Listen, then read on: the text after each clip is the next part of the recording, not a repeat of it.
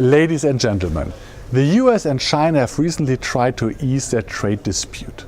President Trump promised an agreement with China and President Xi offered to lower tariffs on cars.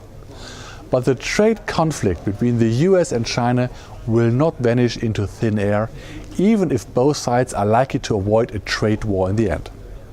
First, Donald Trump and many of his advisors are too convinced that the US is being outdone in world trade and that the US trade deficit must be reduced at almost any price. Secondly, it is doubtful whether China is really prepared to make tangible concessions.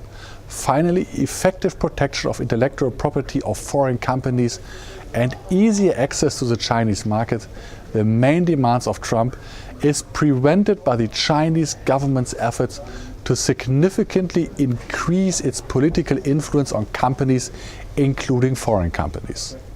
The risk of significant trade restrictions has increased markedly. We took this into account at our monthly forecast meeting by cutting our growth forecasts. We have lowered, for example, our 2019 German GDP forecast from 1.8 to 1.6%. The growth of the export-oriented German economy should slow down, even if the upswing should continue due to the ECB's loose monetary policy. The dovish Governing Council of the ECB should react quickly if lower forecasts for economic growth and core inflation become apparent as a result of the trade dispute. We therefore no longer expect the first ECB rate hike in June 2019, but 3 months later in September. Thank you very much for your attention.